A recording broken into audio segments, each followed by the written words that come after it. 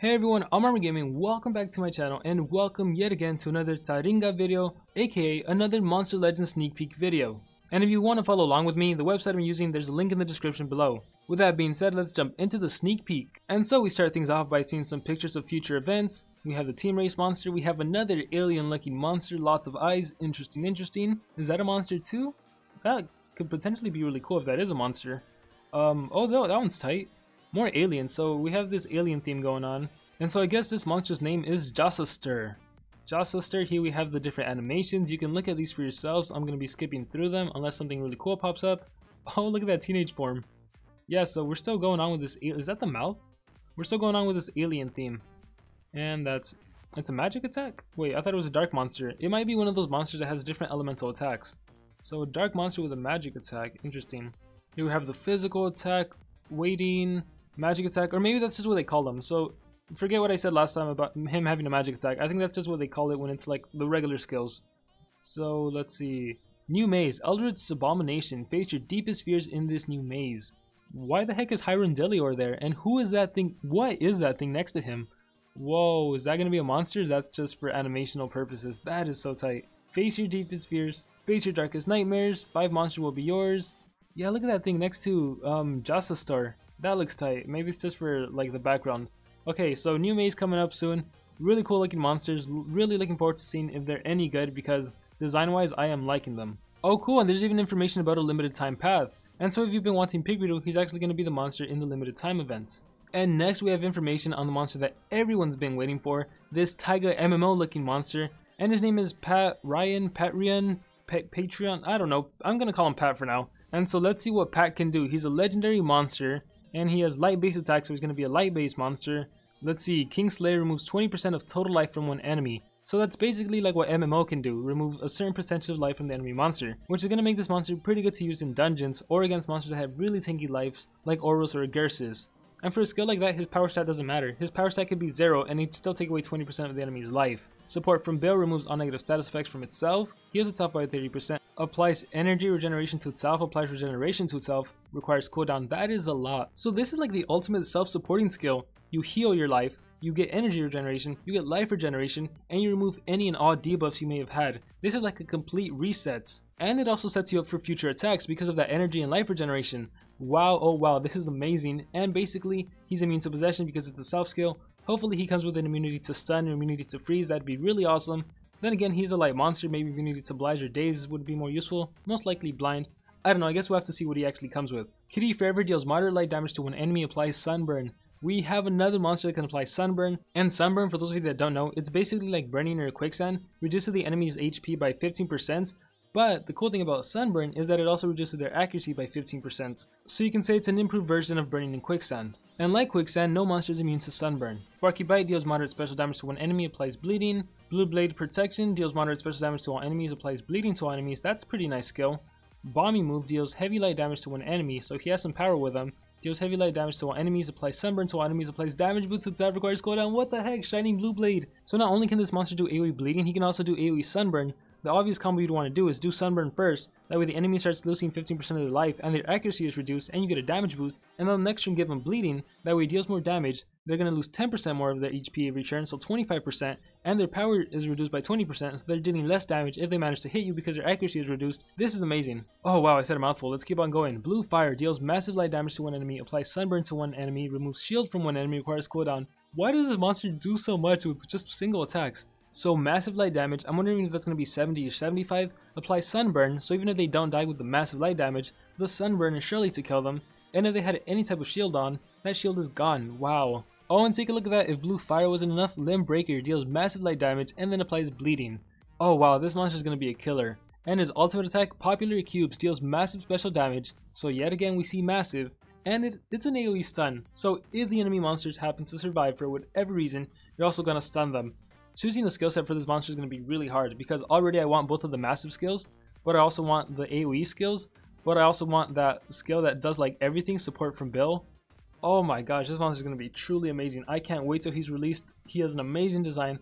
I seriously can't wait for this monster. You guys should start saving up your gems now. He's going to be a premier monster, so he's most likely going to cost 299 gems. I just really hope he comes with good stats and a good trait. You know what? I think I'd prefer hardened over anything else especially because Team Wars are like all over the place now. You can get immobilized from all different sorts of angles, so having Harden is truly the way to go in my opinion. Anyways, scrolling back down, we have a picture of another monster who I think is a premier monster.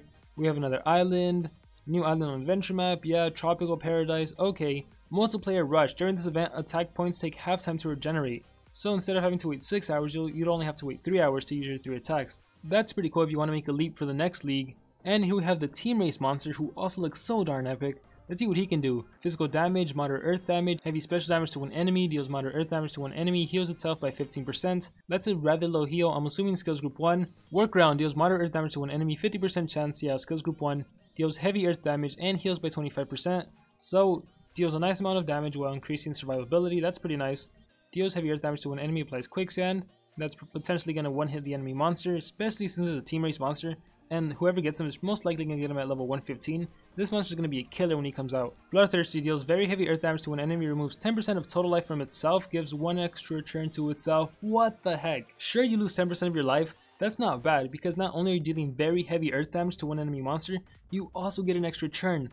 That's insane. This monster can potentially knock out 2 monsters in a single turn. Well, technically 2 turns, but use Bloodthirsty, take out 1 enemy monster, and then on the next turn, your extra turn, you use ground tools to take away another enemy monster, and even if they happen to survive, you're going to apply quicksand, so then they're definitely going to die. What the heck, this monster is awesome too. I definitely want to get this monster. And we're not even halfway done with the skills. Regeneration Fur deals very heavy earth damage to an enemy, applies regeneration to itself, which is cool because let's say you use Regeneration Fur first, and on the next turn Bloodthirsty, you lose 10% of your life, but you get your extra turn, you recover 20% of your life back. So you're going to be a-okay. You can also do Bloodthirsty, then Regeneration Fur, then on the following turn you recover 20% of your life, which would put you back to max health if you hadn't taken any damage. And we're not even halfway done, those were all the earth-based attacks. Let's take a look at the special-based attacks. Deals massive special damage to one enemy. Bloodthirsty and Pure Rage, massive special damage. Oh my gosh, deals insane special damage. Massive, insane. Oh my gosh, this is going to be one powerful monster, one truly devastating earth attacker. And for his ultimate attack, deals massive special damage to all enemies, applies quicksand to all enemies, so quicksand and bleeding for his ultimate attack, and also deals massive special damage. Yeah, this monster is a true killer. Like wow, we've only seen 2 monsters in the sneak peek and they are incredible. I don't even know, I'm speechless right now. Let's keep on going. Tomb's Bodyguard, are you going to disappoint or are you going to be just as impressive as the previous 2 monsters? Deals low physical damage, removes shields from one enemy, deals moderate special damage, removes shields from one enemy, deals very heavy special damage. Okay, that can be pretty nice against earth monsters. Removes shields from all enemies, deals heavy special damage to all enemies, so that might be a 50 damage AoE that also removes shields. Really great against General Atum. He's supposed to be General Atum's bodyguard, but he's actually going to counter General Atum, that's funny. Atum Fanatic. Applies shield 50% to itself, applies immunity to stun to itself, applies damage bit to itself, requires cooldown. And so we have a self skill, and like I say with all self skills, that's basically like you're immune to possession, that's nice. Moderate earth damage to one enemy, 50% chance of quicksand, not nice. Deals moderate special damage to all enemies, may blind, that's pretty good. I love blind. Blind is one of my favorite effects you can land on the enemy monsters. Another blind, another quicksand, very heavy earth damage. Massive earth damage to one enemy, applies quicksand to one enemy.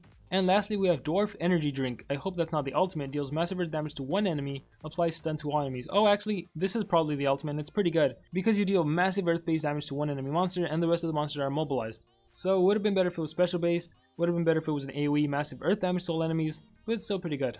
And so overall, until I see the stats on this monster, I can't really comment on whether or not he's good or not so good.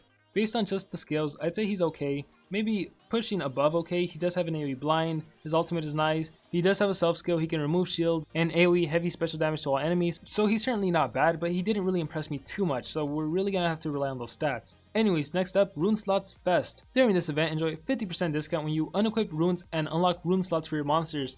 Yes, finally. If you have any monsters that require rune slots to be unlocked, save your gems, don't do it right now, because there's going to be a Rune Slots Fest where it's going to cost you 50% less. And so if I remember correctly, the second slot actually costs 15 gems to unlock and the third one costs 25 gems. So together that's 40 gems. And so if you wait for this event, you can actually save yourself 20 gems. Which means if you have 2 monsters that only have 1 rune slot unlocked, you can essentially unlock 2 for the price of 1.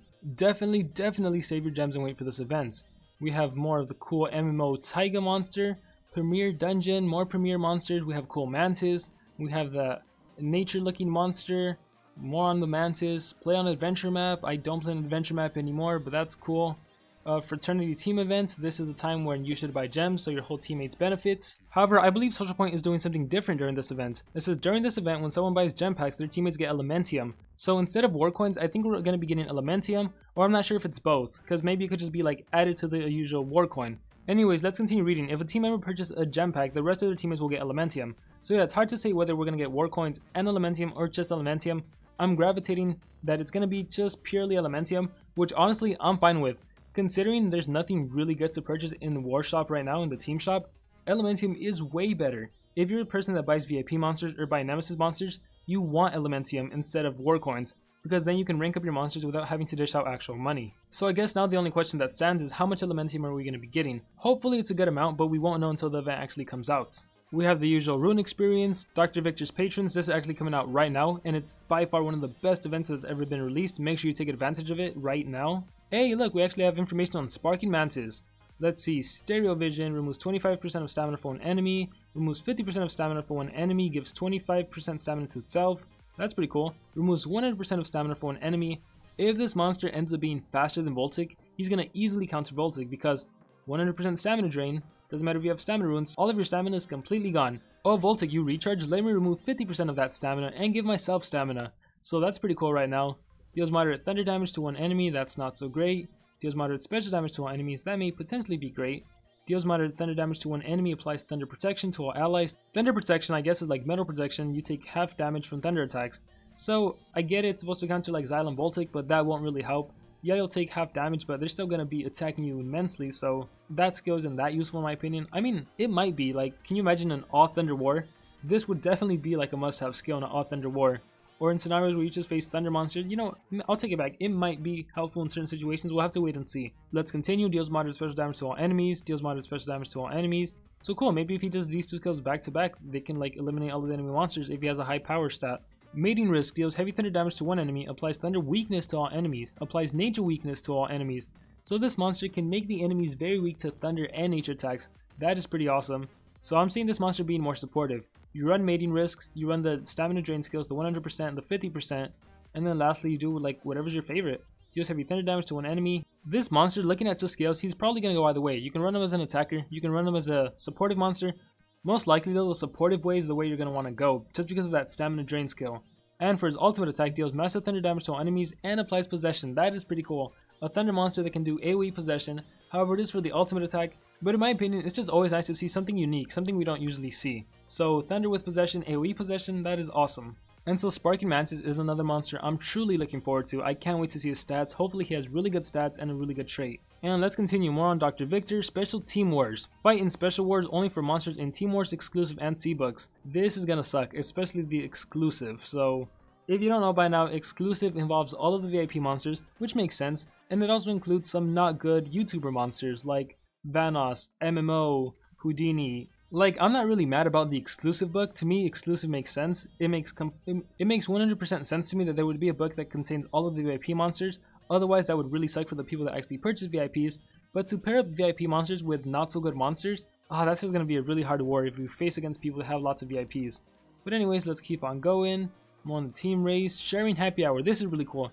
During this event, you can request and donate twice as many cells as usual in the team shot. That means 10 legendary cells. You're going to be able to give and take 10 legendary cells from your teammates. That is awesome. Especially because Monster Cell Week is currently going on. Make sure you trade it with your teammates. Make sure you guys start requesting trades because this is the best time to trade cells. And that's pretty much going to conclude this video. There's so much going on, so much coming up, so many great monsters it appears. So I can't wait to see their stats. I can't wait to see their trait. Hopefully they turn out to be even better than I'm thinking they're going to be. But just right now, based on design skills, they are amazing. So I hope you guys enjoyed this video. Let me know what you're looking forward to in the comments below. Like seriously, what are you most excited about? Let me know. With that being said, I'm Armor Gaming. Good luck to all of you on your Monster Legends adventures. Start saving those gems, and like always, remember to dream big and pursue your passions.